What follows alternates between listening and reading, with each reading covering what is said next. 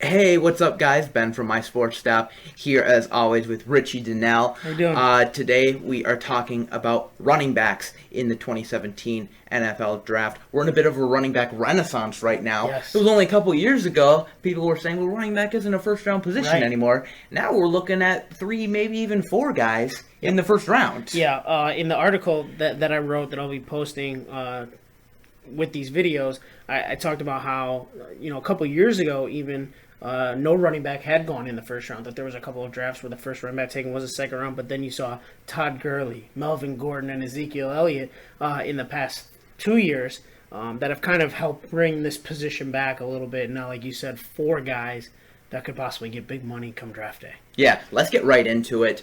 You have a tie at number 10. Yes. Let's talk about one of the guys, Joe Mixon from Yep. Oklahoma. Yeah, the only reason this is a tie is solely based on the off-the-field issues that Joe Mixon had with the assault charge. Besides that, he's a first-round talent, but these questions are going to be with him. He's got excellent speed. He can break away. He can catch the ball. He can run in between the tackles. He's everything you want in a running back. We just need to get those off-the-field questions answered. Absolutely, and while, at the combine, running backs are going to be focusing, on the 40-yard dash and all the other skills, his focus is going to be in the interview, right? Absolutely, right, because he has all the skills. Like I said, it's just off-the-field issues, and he was a great counter with his teammate who I have. Absolutely, and later we'll talk on. about him more. Yep. Your other number 10, Clement from Wisconsin. Yeah, the only thing that's going to hurt Corey is really the year that he had last year with the injuries and just not being able to be that number one back that Wisconsin had hoped after Melvin Gordon moved on. But he fits into that mold of the typical Wisconsin back. The questions are going to be, is he more than that? Melvin Gordon ended up showing that he's more than that, where Clement kind of fits the mold of the past running backs that Wisconsin has had. Yeah. But he is very balanced. He can catch the ball when needed. He had a huge touchdown reception against Ohio State. And then he also can get in between the tackles and get to the sideline as well and run away from people. All right, number 9, we're going more small school here. Yep.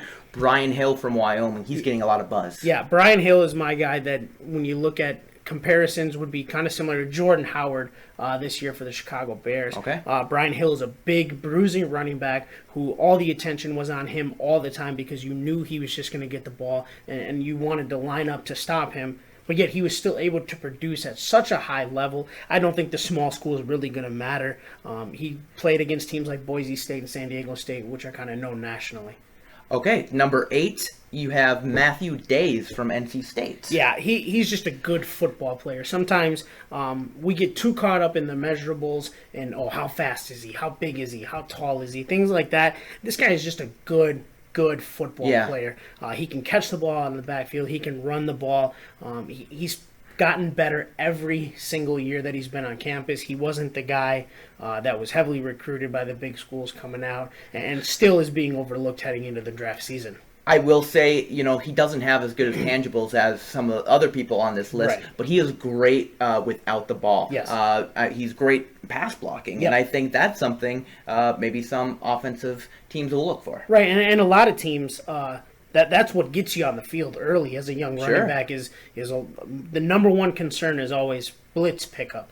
With running backs, and if he can show that he can do that at a high level as a rookie, that could probably get him extra reps on the field. Could play, even maybe play some special teams. Yeah, that as well. Number 7, you have your other Oklahoma back, Samaje Perine. Right. Yeah, Perine's going to be more of a bruiser in between the tackles. He's not necessarily going to outrun everybody, but he's got the size, and with a good offensive line, maybe something similar like a Green Bay Packer, if they don't commit solely to Ty Montgomery, but it seems like they will, with a good offensive line that creates runways, he's going to be just a load to try and bring down. And he could almost be a reincarnate of Jerome Bettis as well. You're absolutely right. Kind of reminds me of a bulkier Jeremy Hill, maybe. Yes. Even. Absolute bulldozer. Yeah. Number 6, a guy who contributed a lot to South Florida's success this year, Marlon Mack. Yeah, I think Marlon Mack gets looked over quite a bit because Quentin Flowers, their quarterback, also ran for 1,000 yards. So you think about everything that Flowers took away from Mack by being a pure dual threat quarterback. That would add to Mack's numbers had he given the ball off just a little bit more instead of running it himself. And Mack has been a 4-year starter for the South Florida. Like you said, he's a huge part of the turnaround of that school, which is kind of still new to football. I think they're only in like 15 years as a program, and finally helped them get on the right foot. All right, number 5, we have somebody from the national champion Clemson Tigers, Wayne Gallman. Yeah, I think coming into this year, Wayne Gallman was kind of put in that same glory as the Leonard Fournette, Alvin Cook, Christian McCaffrey, but kind of had a down year because so much attention was on Deshaun Watson and Mike Williams and the type of season that they were having, passing the ball, not as much necessarily running the ball. He's still a really good running back, and he's still going to go really high. He could be the first back that you see in day 2. Granted, none of the top 4 fall. Okay. But he could be that first guy off. He's going to be. He could be a great fit for a team like the Carolina Panthers. You have written down Slasher here, which that zone read fits him really well to kind of let him see things in front of him develop and just kind of pick his spot one, cut, and go. Yeah, definitely somebody who I think, as I kind of compare to a lot of people, he might have a better NFL career than a college football career. Number 4, a big back at about 245 pounds, Deontay Foreman from Texas. Yeah, what separates him is not only is he big, but he can run away from people. It's something that we're kind of seeing now where these other backs are big, but they have the speed to play the position, which is just incredible when you think about a guy at 245 pounds being able to run away from smaller guys. He has a surprising amount of speed. Right. The issue is going to be, and the main talk is going to be something where you're going to hear the comparisons to an Eddie Lacy, Derrick Henry, guys that are bigger running backs, and they're going to say, well, can he stay in shape? Is it going to be an issue? What's his work ethic like? Because they're going to be so worried about him coming in out of shape. But I mean, with this kid, I don't think you have to worry about that because every year at Texas, he's only gotten better, but he's been a starter since he was a freshman. Right. So he knows what he needs to do in order to see that success. And I don't think he would be graded out as a first-round running back if there was going to be a major issue with him coming in out of shape. Okay, number 3, a former Heisman Trophy finalist, Christian McCaffrey of Stanford. Yeah, this was the hardest one for me between him and Foreman, just because this year McCaffrey didn't necessarily do everything he did last year, which is it's hard to back up the season that he had as a junior. But the real question with McCaffrey is going to be: is he going to be a running back, or is he even going to be an every down back? Right, and that's the question that you have to ask yourself based on where he ends up. When I see Christian McCaffrey, I see a lot of Matt Forte, and Matt Forte has had a very good NFL career. He's never been, the all-pro or maybe not ever be considered one of the greatest running backs of all time. But when you talk about Matt Forte, you talk about another player like Marshall Faulk. And Christian McCaffrey is in that group with those guys who can catch, they can run, they can return kicks if needed, and just kind of do it all. Yeah, he's kind of a Swiss Army knife of sorts. Definitely somebody who I could see a team, like the Patriots could really use to their advantage. Yeah. Number 2, I love this guy, Alvin Cook from Florida State. The only thing that made me not put Alvin Cook number 1 is because Leonard Fournette is just such a special breed. And we'll talk about him. Right. Alvin Cook, I think, is the best overall back in this class when you look at the entire package. Catching the ball, blocking, running away from people, turning nothing into something, scoring touchdowns. He really does it all. He's the most complete back. He could be the first back taken in this draft, and I wouldn't be surprised one bit.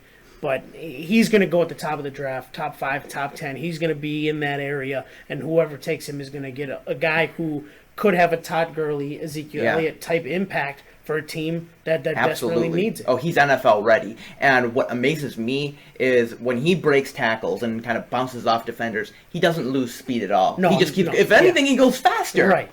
He's.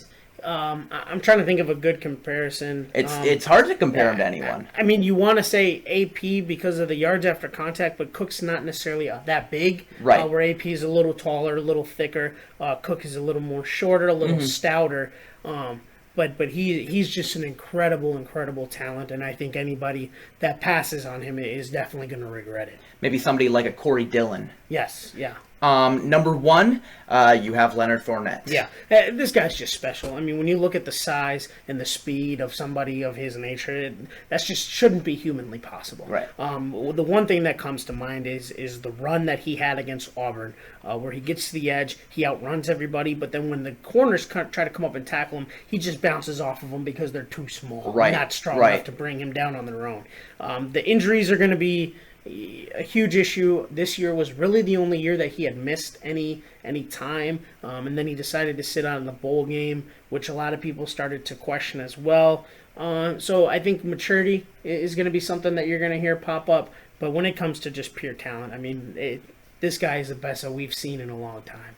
All right, yeah, I think Leonard Fournette, like you said, the only player you can really compare him to is Adrian Peterson, and I think if you go back to that draft, the Raiders aren't passing up Adrian Peterson. Right. No, I don't think anybody is. Nobody is. Right. Okay, so let's check out my top 10 here. A little bit different. I have Cook number 1, Fournette number 2. Still, I think we can both agree it's almost like 1 and 1A. Right. I have a guy you didn't have on your list that I have very high, Alvin Kamara out of Tennessee. Can you go into it a little bit, like what you like about him so much? I think he is kind of a guy who could be a real speedster in the NFL. I see comparisons of Chris Johnson to him. Okay. A guy who's just extremely elusive. I have Mixon a little higher at number 5. Right. And then besides that, it's about the same. Yeah.